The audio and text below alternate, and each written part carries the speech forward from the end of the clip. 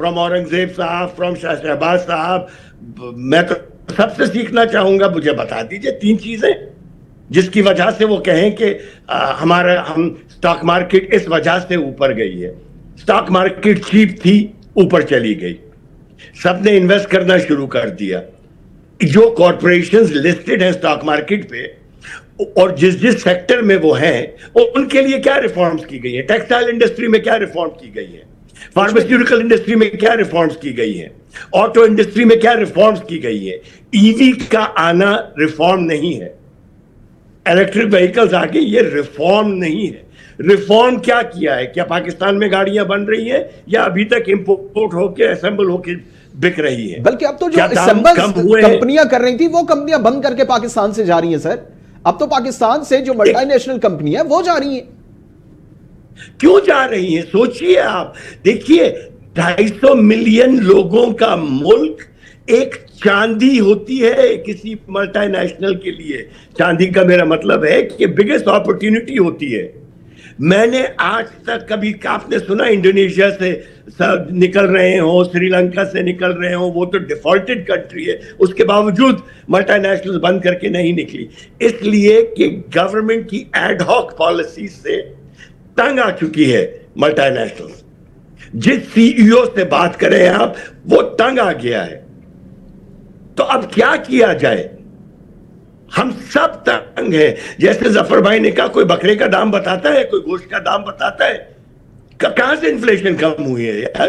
ہمیں آپ بتائیے. آپ نے بیس ایئر چینج کر دیا انفلیشن کا, تو ظاہر ہے پچھلے سال کے بنسبت اس سال کم ہے. 2021 سے بات کریں نا, 22 سے بات کریں. بالکل 48% انفلیشن تھی. اگر 48% سے 7% کے اوپر آ گئی ہے تو کیا چیز میں, کس چیز میں کمی آئی ہے مجھے بتائیے. گاڑیوں کی پرائسز آدھی ہوئی ہیں, سبزی کی پرائسز 70% کم ہوئی ہے. کیا چیز کم ہوا ہے؟ اس کو اعداد و شمار کا گورکھ دھندا کہتے ہیں. This is figure fudging, and figure fudging is easiest when you change the base year. This is an economic trick جو انہوں نے کھیلی ہے. بالکل وہ جیسے ہم نے شروع میں کہا کہ انہوں نے ایک گورکھ دھندا بنانے کی کوشش کی اور وہ بنا کر پیش کریں. ظفر صاحب یہ بتائیے کہ اب یہ جیسے بات ہو رہی ہے ایڈ ہاک پالیسیز پر, تو ایڈ ہاک پالیسیز کا کیا امپیکٹ آ رہا ہے؟ کیا اس وجہ سے ہماری یہ جو امپورٹ ہے اس پر جو امپیکٹ آ رہا ہے؟ اس کے بعد ہماری جو یہاں پر ملٹی نیشنل کمپنیز ہیں وہ یہاں سے بھاگ رہی ہیں, جا رہی ہیں, اس پہ تھوڑی روشنی ڈالیے. طریقے ساتھ کیا ہوگا, آپ بتاؤں کیا کرنا ہے؟ مطلب وہی کیا آفس میں کیش ڈراپ ہوگا, ٹرانسفر ہوگا, ایک ساتھ ہوگا, کیش دے گا. ریٹ کیا دوں اس کو؟ جی ظفر صاحب ہمارے ساتھ موجود ہیں؟ جی موجود ہوں بھائی. جی میں آپ سے یہ جاننا چاہ رہا تھا کہ جو ایڈ ہاک پالیسیز ہیں ان کا ہماری اکانومی پہ کیا امپیکٹ آ رہا ہے؟ کیا یہ ہماری ملٹی نیشنل کمپنیز جو ہیں یا ہماری جو امپورٹ ہے اس پر اس کا اثر آ رہا ہے؟ کیونکہ ایڈ ہاک پالیسیز کی وجہ سے بھی کافی سوال اٹھ رہے ہیں.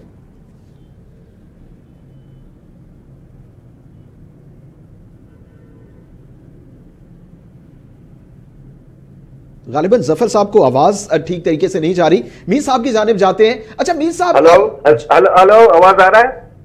جی ظفر صاحب آپ ہمیں سن پا رہے ہیں؟ ہاں جی میں سن پا رہا ہوں. میں کہہ رہا ہوں ایڈوکزم پاکستان میں بہت پرانا ہے جی, اور یہ ایڈوکزم ابھی آپ وٹنس کر رہے ہو کہ لاسٹ حکومت اور اس حکومت میں ایڈوکزم کتنا فرق ہے. یعنی ہم ایسی افراتفری میں ہیں کہ وہ حکومت کہہ رہی تھی آئی ایم ایف کے پاس جانا ہی ہے, اور یہ کہہ رہی ہے کہ آئی ایم ایف کے بغیر ہوگا نہیں.